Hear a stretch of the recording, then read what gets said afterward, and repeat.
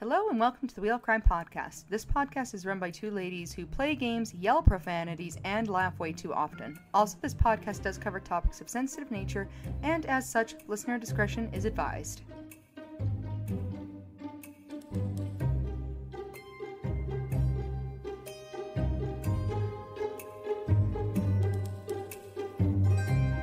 Well, hello again, and welcome back to the Wheel of Crime podcast. My name is Jenn. My name is Emily. Yes, welcome back. And here's today's update. Jen and I have nothing left. Mentally. We're both exhausted. Emotionally. The brain cell that Emily and I share has gone to her cat. Yeah, it fled the building. It is no longer with either of us. It's definitely with my cat because he's been talking way more than he ever has today. So that must be it. I need it back. Like, I'm struggling over here. Did you say I need a bath? Big. No, I need the brain cell back. Oh. I was like, slay. Yeah, on top of everything else, I'm stinky. You're like, I'm tired, I'm dumb, and I smell bad. I mean, probably. What else is new? Literally same. I just sweat constantly. It's like, what was it, yesterday? I was like getting ready for bed and I was like, oh gosh, what did I get on my face? It's so sticky. And I was like, oh, never mind. That's just sweat because I'm filthy. Oh, Jesus. We need help. That was a prayer. In case you couldn't tell. It's a cry. It's a plead for assistance from something and someone. All right. Well, what have you been up to this last week? Literally, work has been nuts. And that has consumed a lot. And on top of work, I feel like I'm getting it from both ends right now because, like, work is crazy. And then the weekends are also equally fucking crazy because I have so many weddings. We're either out of town or at a wedding every fucking weekend, except for the one weekend that Emily and I managed to reserve for ourselves by getting out of plans that we both already had. Literally. That's also kind of my life right now. Like last weekend, I went to. It's so crazy too because I have it in my brain. This is how my brain works. I talk to people, right, and they're like, "What are you doing this weekend?" And I'm like, "I don't think I'm doing anything." And then I forget. Oh, wait, never mind. I don't know what I'm talking about. I'm actually busy literally every day for the next 5 months. I don't know why I told you I have nothing to do. So. Actually, I'm booking into November 2025, so do you have your calendar up right now? Pretty much. Do you want to schedule it in? Well, and then too, so I've been trying to get more into playing Dungeons and Dragons again, because it is something that I really enjoy, and I just have I'm in a part of a game that happens every second Tuesday right now, which is good. But then I was invited to join another game where they do every second Saturday. And I was like, oh, that might be fun, like being able to work that in, especially because I was like, it's getting close to the end of the summer-ish, I can start kind of knowing that I won't have a bunch of stuff going on all the time anymore. But then I was like, I've made too many commitments and I'm so busy. I know. And then at some point, I have to take care of other things, I know. Get my windshield fixed. And what else? Same. And I gotta, what else am I doing? What? I think I have a We went out of renewal, town. Groceries. Nothing fun. We went out of town this past weekend, and I got not one, but 2 cracks in my windshield, and now it's split. It literally split before we even got home, so I didn't even have a chance to go get it filled, and now I have to get a new windshield. Yeah, that was so for me what happened is it was February of this year, and it was when it was somehow weirdly warm, but also dumping shit tons of snow at nighttime. So then it was melting, and it was so heavy on my windshield, it cracked the entire bottom half of my windshield. But it was fine because it was just a small, a really, really tiny fracture, just across the entire windshield though. So I was like, okay, at least it's not impacting my vision. It's not serious enough where it's leaking or anything. I think I'm good.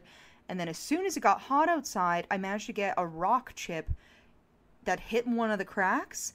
And now it's like spider webbing up my entire driver's side of the windshield. And I was like, fan-fucking-tastic. And every time I look at it, it's like starting to chip and peel off the outside of the windshield. And I was like, I gotta get this fixed before wintertime, because you know the minute any moisture gets in there, dunzo. And Yeah, she gone. And I live like 40 minutes from the next windshield place, so that would be a very cold, long, windy drive in the middle of wintertime. For sure. Yeah, I don't know, man. Like, there's just no time for anything, because I too made too many commitments, and now I'm like, when am I supposed to, like, do my laundry? Yeah, you're like, ooh, I didn't pencil that in. I think I'll have to do it next month, maybe. It's fine. I'll just order new clothes. It's fine. I don't need to wash them. I'll just buy new ones. Don't have the time. It's fine. It's whatever. Fine. I'll make it work. Right? I know. It's like I was thinking too the other day about that vampire book that you and I was like, we should start this soon. And I was like, I don't know how soon is. Well, I'll message you when I figure it out, because I have no fucking idea what's going on anymore. I feel like in September. I feel like we'll have time in September. I feel like that would be maybe better, because it's like, you know, and then it's kind of spooky for the fall season. You know? I like that idea, because lately, anytime I get off work, I'm like, ooh, wow, my pillow is looking so seductive right now. Oh my god. Even recording sheets, a nice 12-hour nap. Oh, I know. Even like getting the energy to record for all of you lovely listeners has been a struggle. But Jenn and I are feel like scraping the bottom of the barrel when it comes to energy. But so not true. We should get into good our questions. Vibes. We are overflowing with good vibes. Yes. Good vibes and wheel of questions. Yeah, let's get it.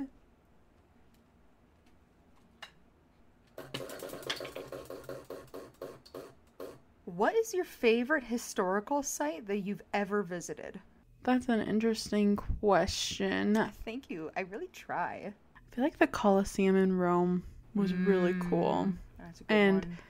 It kind of fulfilled a childhood dream as someone who loved the Lizzie McGuire movie to get to see it in person, even though it looks nothing like it does in the movie, because it's like a full on like concert venue in the Lizzie McGuire movie, and it is not equipped for that.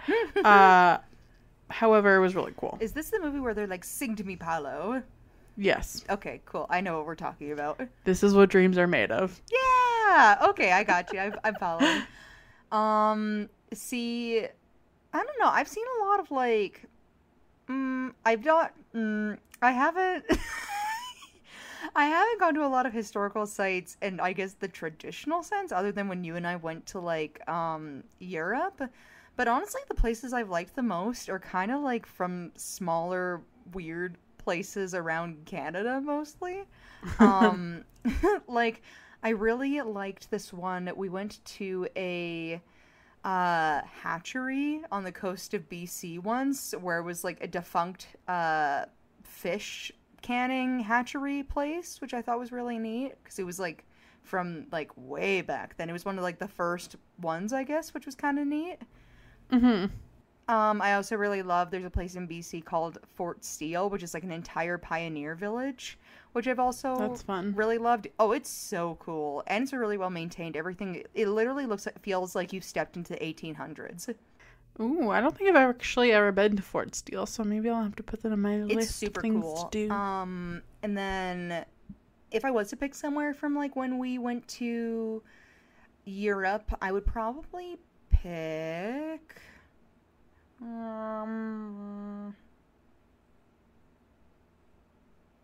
honestly, I can't remember the name of the church, but that big burnt church we saw in Prague, I thought that was super cool. Everything in Prague was actually really cool. It like the gothic vibe of everything. Oh, the architecture was like gorgeous. Yeah. So pretty. I feel like if I had to pick a favorite one from Canada, I would have to be the mines, because I yearn for them. Because you're just a child at heart, and you know what the children do. I yearn for them. They yearn for the mine. The mines at Frank Slide. Yep. I do also really love the mines, the Drumheller mine, more specifically because you don't actually have to go inside the mines, because I hate The idea of being underground, you just kind of like go in the entrance and you're like, whoa, there's a mining stuff in here, and then you leave. Cool. What a career. I'm sure there's other ones, but that's what I'm going with for now. Amazing. Well, let's spin for our next question. What's your favorite mythological story that I have told you on this podcast? It's got to be the Ogopogo, if we're talking. I thought for sure you were going to say Zeus. Well, I mean, Zeus, he has plentiful, he's got an abundance of stories that you've done about him. I think Ogopogo is top of mind because I was telling someone about a producer on the show I'm working about. Mm-hmm. He's American, and he was like talking about Bigfoot and whatever, and I was like, oh yeah, the Ogopogo, and he was like, sorry, what? You're like Canada's Loch Ness Monster. Like, were you literally born yesterday? Like, what? I know. So then I had to like go through the lore of the Ogopogo, and I was pulling stuff from your story. I was like pulling that stuff out of the vault to give him info. Right? That's really what I'm hoping that I'm achieving with this podcast, is that people just get a bunch of fun facts about these like super weird niche things. I'm really just wanting to equip people with a bunch of like really neat icebreakers. I mean, it worked for me, so share this podcast with someone who needs more icebreakers in this life, in their life. To learn something in this life, or any life, in all of your lives. Send it to all your socially awkward friends. You know. Yeah, anybody, and everybody you've ever met in your life. Just send us to them and be like, you need this. You need some fun facts. You need the fun. You know, maybe we should bring the joke back. Remember when I used to tell a joke at the beginning of the episode? No, I don't want to do that anymore. It died for a reason, and it was a good reason. You know what? You're right. It did die for a reason. See, I honestly think that my favorite story that's like a mythological cryptid folklore-ish story that I've told on the podcast is honestly the one about the flying canoe. Like, those guys were drunk flying a canoe. Oh, that's a classic. Honestly, I think why it's my favorite, though, is because that was the first, like, me doing those notes was the first time I'd ever even heard of that story. But then the opportunity of telling you and watching the light in your eyes die when I told you that the crime of the story that week was drunk flying was chef's speeding. Kiss. I'll never get another high like that. Oh boy. Well, let's spin for our next question so the light can die once more. So don't worry, it'll probably die within the next 5 minutes. We'll see what happens. Amazing. If you had to pick one time in like the history of the world, when and where would it be? Or to live, sorry. I don't know if I said the part. If you had to pick one time in history to live, when and where would it be? That's hard because I think a lot of things would be cool, but I also know that most of history, women did not have bodily autonomy or rights. Sorry. I'm not sure if you knew this, Jen, but we're actually just cattle. There's not a difference. Yeah. So if I could choose to be like a man and in a certain part of history. We'll just go back to my last story we did about the men in black, and we'll just say we're men, right, who are yacht dads or whatever. And now you can pick a time in history you want to live in. Okay. I also would like to make a caveat that I also want to be like really rich. I have to be rich. Because otherwise this doesn't work out well for me. It doesn't fall into my life plan, my goals. I'd love to experience as a rich white man the Renaissance era. Ooh, okay. Funny enough, when I was thinking of my options, that was also something I thought of. I was like, that'd be so fucking cool to be a rich man specifically during that era. A rich man with status. With status. Oh, you know what that made me think of? I'm so off track today, with the brain cell missing and everything. I learned recently from Bridgerton that I can do the Lady Whistledown voice half decently, and whenever I've done this with a few people now, whenever somebody's not paying attention to me or like I'm miming taking notes or something, I'm like, dearest gentle readers. Amazing. A hidden talent that you didn't know you had before. Right? Obviously it gets better with practice. That wasn't my best one, but prepare yourself, it's coming. Just do the whole episode in that voice. This episode would be 100 years long. Nobody wants that. Well, what era would you like to live in as a rich white man of status? As a rich right man around, I would. What would I like to do?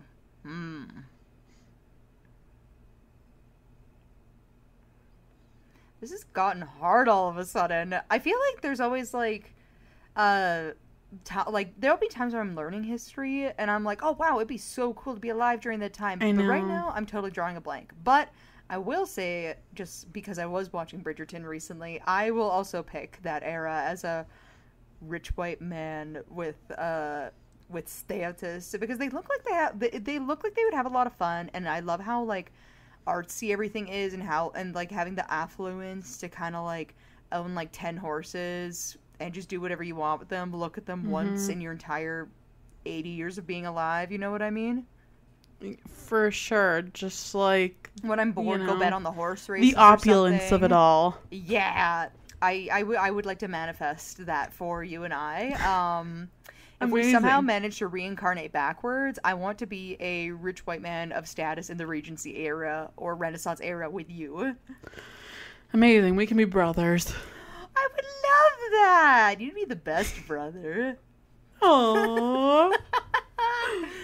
Aww. Sending hearts. All right, let's spin for our last question. Spin away, Em. Holy, that was juicy. If you had a portal in your house to anywhere, but you had to pick one place that it would take you to, where would it lead?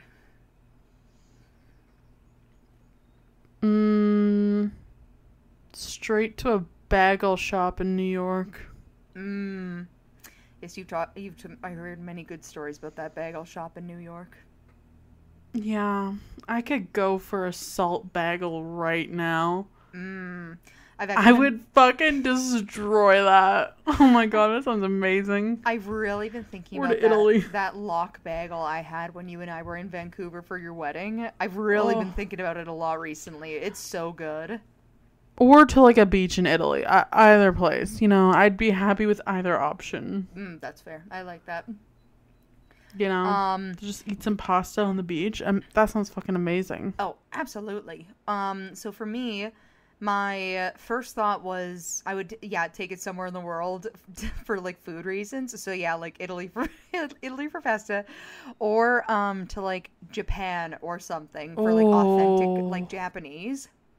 Oh my god, I didn't even. I know. I want that. I could go for sushi right now. Same. Ugh.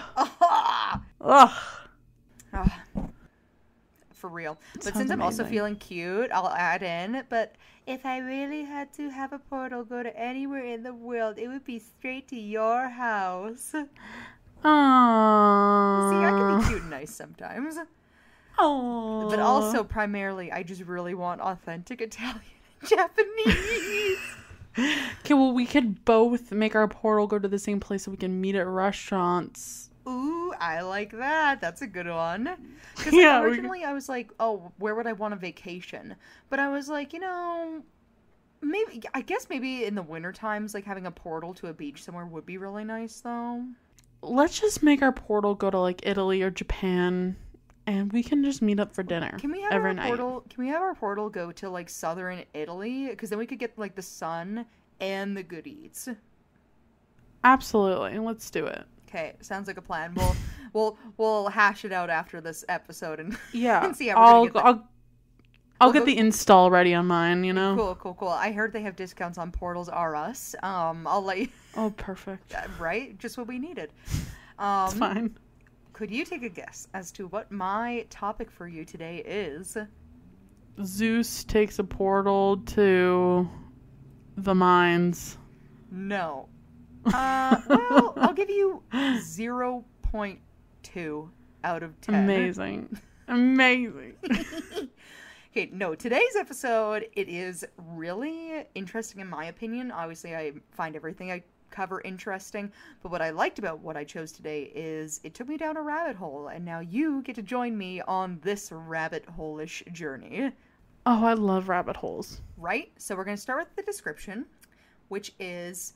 Portals to hell, also known as infernal gateways, are believed to be the supernatural openings or gateways that connect the mortal realm to the netherworld.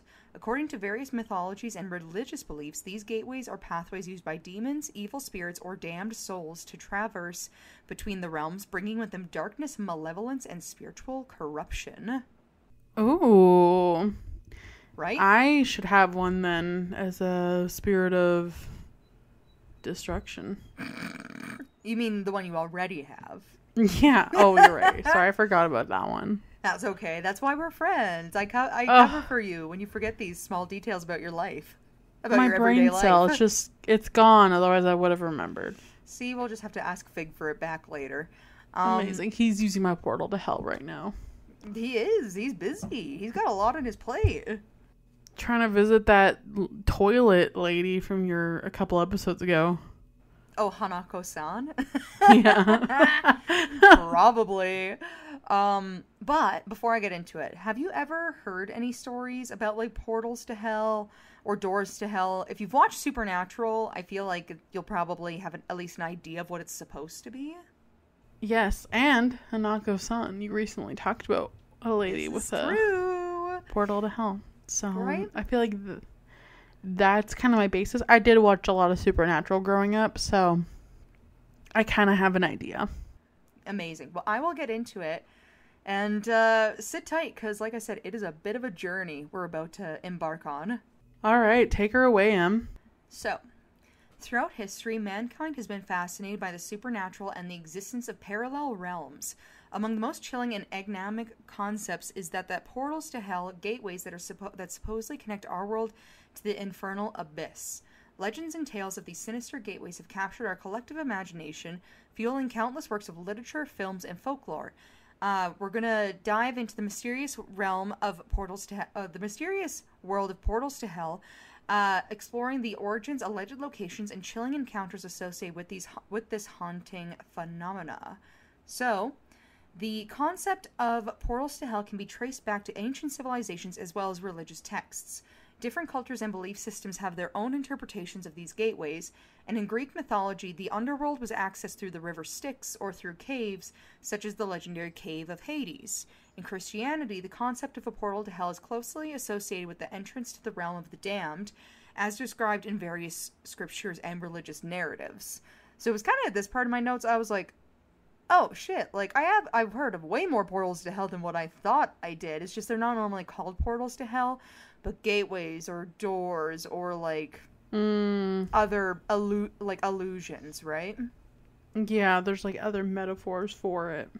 Exactly. So numerous locations around the world have been associated with portals to hell, each with its own chilling legends and stories. One such place is the Gate to Hell in the ancient city of Hierapolis, Turkey. This eerie site was known as plutonium in ancient times and was believed to emit deadly fumes that killed birds and could be fatal to humans.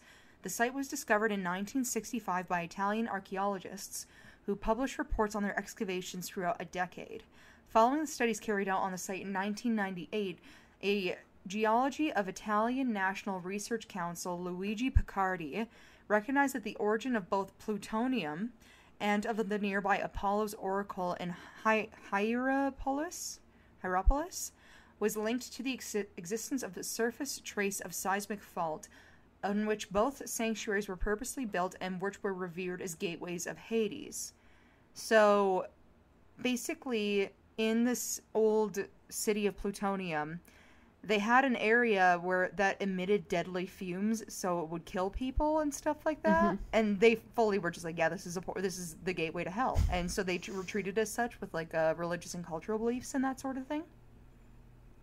Literally hell on earth. Literally hell on earth, right? Which is super neat. And then another infamous location is the island of Poveglia in Italy, often referred to as one of the most haunted places on planet Earth. Where a gate to the... What was that? We should go. We should! It's in Italy, so, like, why not?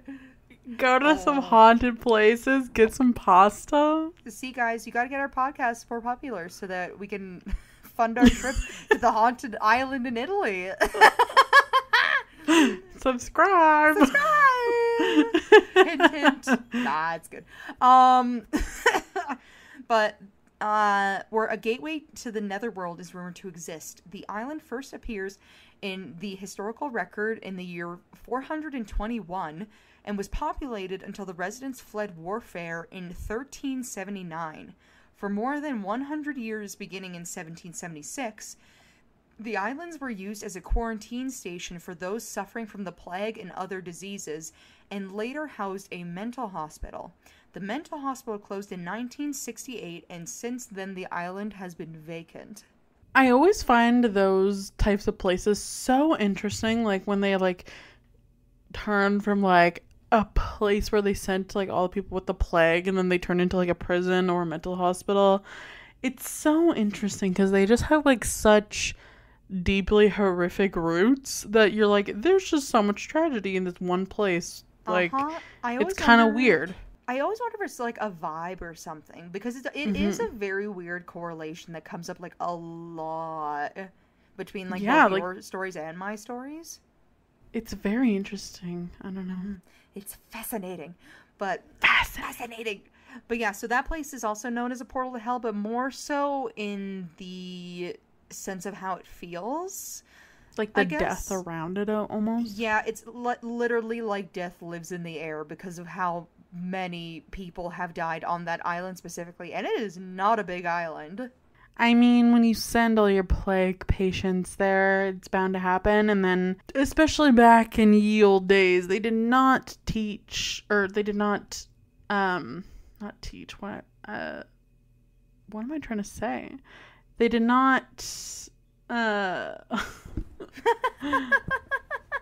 don't know what I'm trying to say here. They did not I can't help treat you. I them don't have very a brain well. cell either.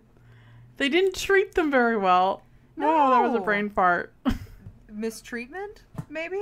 Mistreatment, yes. Yes, for sure. So, that would be the second one that's known as kind of like a gateway to hell place in the world today. And then we have the legendary Seven Gates of Hell in Pennsylvania, USA, which is another widely recognized site. And according to urban legends, the gates are scattered throughout a remote area and lead to the depths of the underworld. There are two popular versions of this myth, each with numerous variations. One states that a mental institution used to be located on either Toad Road or Trout Run Road, as it used to be known by, depending on the source, in Helm Township, Pennsylvania. It was erected in a remote location so as to isolate people deemed insane from the rest of the world. One day, in the 1900s, a fire broke out, and due to its remoteness, firefighters could not reach the hospital in time to save it. Many patients died in the flames while others escaped and were soon beaten to death. The gates' role in the story is disputed. Some say that the gates were put up by the local search party to trap the remaining inmates. Others say that, completely unrelated to the asylum story, an eccentric physician who lived on the property built several gates along a path deep into the forest, but both accounts agree that only one gate is visible during the day, but the other 6 can be seen at night. And according to the legend, no one has ever passed the 5th gate, but if they pass all 7, they go straight to hell. Sounds like a challenge. Doesn't it? You know what else it reminded me of? In Alberta, we have a small town in the one part of the province that's like desert called Wayne. and it's like the 12 bridges to Wayne or something, and I'm surprised they don't have some variation of this for that place. Right? Like, I kind of want to go and try and, beat all 7 bosses so I can go match down with Satan himself. Beat all 7 mini bosses so I can go fight Satan. Jenn's gonna save us all, guys. I'm ready. I'm gonna give him the old college 1-2, you know what I mean? Oh yeah, I know what you mean. I've seen that one a couple times.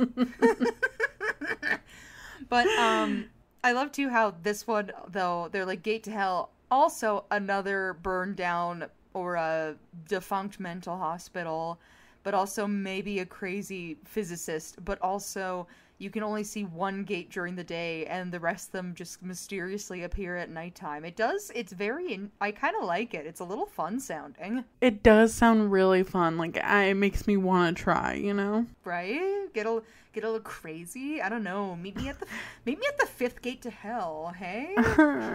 Let's go fucked up and go to the 5th gate of hell. Let's get fucked up and go to hell. Hell yeah. So, other locations associated with portals to hell also include Stull Cemetery in Kansas.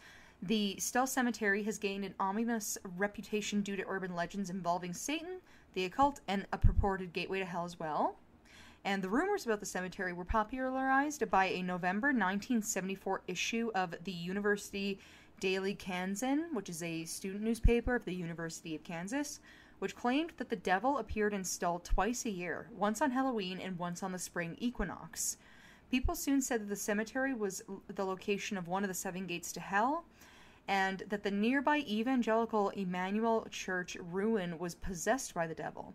Others claimed that the legend was engendered by the killing of Stull's mayor back in the 1850s, and it is also said that during a trip to Colorado in the 1990s, the Pope redirected the flight path of his private plane to avoid flying over the unholy ground of Stull. Wow. The Pope's like, I'm not gonna risk it. He's like, that's one letter off from Skull, and I'm not taking my chances. He's like, don't fly me over there or the Bermuda Triangle. I don't want to fuck with either of those places. Two stipulations to me coming to America. We're Stay far away from the Bermuda Triangle and this freaking place. And that's it. We can fly over everywhere else, just not those 2 places. You know what? Fair enough. I respect that. I can respect that too. He's a man who knows what he wants. He knows what he wants. Exactly. Then there's the Huska Castle of the Czech Republic, which during World War II, the Wehrmacht occupied the castle until 1945. That's it. I gotta go to bed. We're just gonna stop now. I'm just kidding. I'm not gonna do that to you guys. But occupied that's a new one for me. That's fun. I mean, let's just add it to the dictionary at this point. Pretty much. Occupied the castle until 1945. The Nazis were said to have conducted experiments into the occult, and according to one source, there were multiple myths about their supposed occult involvements there. Another source states locals believed that the Nazis had been using the powers of hell for their experiments, and as of early 2020, the castle was open to the public and has been since 1999. So it opened in 1999. Last time anybody checked in around 2020, still open. So that's pretty cool. So tourists may visit the chapel with fading frescoes and murals, including pictures of demon-like figures and animal-like beings. Huska Castle, and most specifically the chapel, was constructed over a large hole in the ground that is the gateway to hell, which is allegedly so deep that nobody has ever seen the bottom of it. Animal-human hybrids were reported to have crawled out of it. The dark-winged, otherworldly creatures flew into its vicinity, and legend has it that when construction began on the castle, all of the prisoners that were sentenced to death were offered a pardon if they consented to be lowered by rope into the hole and report back on what they saw. When the first person was lowered, he began screaming after a few seconds, and then when he was pulled back to the surface, he looked as though he had aged 30 years. He had Oh my grown, god. literally, he had grown wrinkles and his hair had turned white. It's like the freaking testing thing that you were talking about, MK Ultra or whatever. Literally, It's right? like freaking nuclear power plant down there. See, I feel like that's the aging 30 years and having my hair turn white is pretty much how I felt I looked after after our last bout of craziness in our lives at the beginning of the year. I was like, I've had enough. I mean, this place does not sound structurally sound. No, but it does sound really neat. Like, I would go there, you know? I would be lowered into the ground for fun. Yeah, just to see what's down there. We have technology now. I'm sure Yeah. I'm sure we could do it fine, you know? Just strap a GoPro to my head and I'll figure it out. Don't And worry, throw guys. me down the the Huskow hole or the Hauska hole. Throw me down there. It's fine. I'll climb my way back up. Don't even give me a rope. Jen's ready. She's like, first I'm gonna fight the devil, and then I'm gonna fight the animal hybrids that come out of the Hauska hole. Absolutely. Those are one of the mini bosses. It's like on my way. I feel like you've been watching John play too much Elden Ring recently. Yeah, I have. Oh my gosh. So he looked as though he had aged 30 years and his hair turned white. And then according to Prague Tourism website, the castle is reputed to have various types of ghosts. A bullfrog/human creature, a headless horse, and an old woman, as well as the remains of demonic beasts that have escaped the pit. The pit in the lower levels of the castle is said to be this gateway that I mentioned. Thus, by constructing the Gothic building's defensive walls facing inward, they were able to keep the demons trapped in the lower level's thickest walls closest to the hole in the castle. So, just to touch on that again, because sometimes I feel like when I share my stories, it kind of gets a little confusing. Basically, when this castle was constructed, the hole was there first. And these animals and these demons were pouring out of the hole. So when they constructed the castle, they intentionally built the hole into the lower levels and then had the outer walls, like the bricks they used to build the outer walls, which are different from the inner wall construction, facing inwards towards the hole to reinforce the building to prevent the creatures from escaping. Again, it doesn't seem very structurally sound to build on top of a hole that constantly has a bunch of creatures coming out of it. Like, they're gonna get out eventually. You would think so. And also my question is, I am so curious on what on earth was coming out of this hole that freaked them out so much that they built an inside-out castle to keep them in. They're like, I ain't fucking with this beetle anymore. Let's just lock them in. It was just a cockroach that flew out of there, and they're like, demons coming from the pit. Gotta lock them in there. Get rid of it. Get rid of it. Oh gosh. A rat. A mutated rat from the nuclear explosion that happened down there. Right? And like, I am so fascinated too about the concept of like a ghost of a headless horse. I feel like I've never heard of that before. A headless horseman? Yeah, we've all heard of that. The horse being headless? Nah, that's a first for me. Isn't there like a Christmas horseman that you talked about a while ago? Maybe he died and... The Wild now Hunt, he's got a and replacement. they themselves are also headless. Exactly. So one of them died, and he's in Prague now. Right? Okay, and then lastly, I have the Aokigahara Forest in Japan. Aokigahara is sometimes referred to as the most popular site for suicide in Japan. And I feel like there's a reason that most people our age know about this, because Jake Paul decided to fuck around in the forest and was being a genuine asshole online about it, and everybody heard about this at least twice. Yeah, the whole filming dead bodies at the suicide forest in Japan, not the vibe. In case anybody was wondering, very distasteful, and nobody should be doing that. For sure. So, in case you were wondering. In case you were curious, but in 2003, 105 bodies were found in the forest, which had exceeded the previous record of 78 in 2002. So a year. And in 2010, the police recorded 54 confirmed suicides out of more than 200 attempts out in the forest. Suicides are said to increase during March and at the end of the fiscal year in Japan. As of 2011, the most common means of suicide in the forest were hanging or drug overdose, and local officials have stopped publicizing the numbers in an attempt to decrease Aokigahara's association with suicide. The rate of suicide has led officials to place a sign at the forest entrance, which I feel like I've seen pictures of this online occasionally when people talk about this forest. But it's basically urging suicidal visitors to seek help and to not take their own lives. And annual body searches have been conducted by the police, volunteers, and journalists since the 1970s.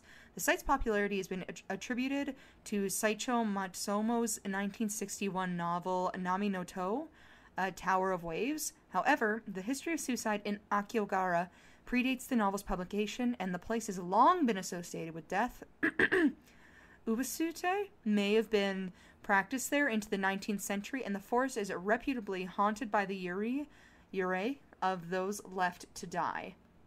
So this is another one of those, like, Gateway to Hell vibe type places, where, you know how I was saying that the island, it just seems to, like, attract death, and that's what makes it a gateway to hell. It's the same thing with the forest. There's no, like, I tried looking into this to see if there was a specific area, but when people believe that the forest is a gateway to hell, they're literally meaning the entire forest, as if, like, the death haunts you type deal, right?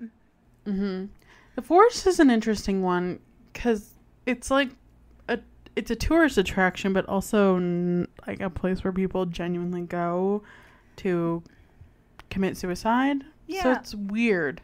I've always found it very strange.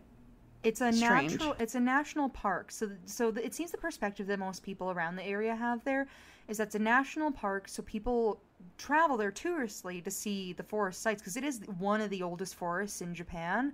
But yeah, but then you have this, like, other weird thing where it's like, but people seem to be weirdly attracted to going there and taking their own lives for some reason, and specifically for that reason. I don't know. It's one of those places that I don't know if I would want to visit if I went to Japan. It definitely wouldn't be, like, at the top of my list. Yeah, I would be intrigued, but the other side of that for me is, like, I don't really want to find out why people are doing that, you know? Yeah. Maybe it's radio frequencies or something in the air. They're like, kill yourself. Like, I just don't want to know. I'm good. I'm going there to have some amazing food and live my best life. Yeah, that's my top priority is food and temples. And that's it. 1,000,000%. Literally. All right. So, countless tales of terrifying encounters and supernatural phenomena have been attributed to these alleged portals. Witnesses and paranormal investigators claim to have experienced unexplainable phenomena, such as sudden drops in temperature, eerie voices, ghostly apparitions, and feelings of dread and malevolence. In some cases, people have reported seeing grotesque creatures, often described as demons or shadowy figures, lurking near these gateways. Some individuals claim to have been physically harmed or possessed after coming into contact with the energies emanating from these portals.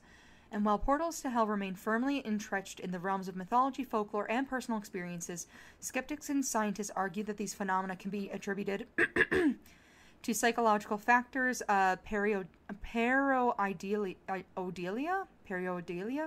the tendency to perceive patterns in random stimuli, or natural explanations such as geological anomalies or environmental factors. From a scientific standpoint, there's currently no concrete evidence to support the existence of portals to hell or their supernatural nature. However, it is important to note that the absence of scientific evidence does not negate the deeply ingrained beliefs, experiences, and cultural significance associated with these legends.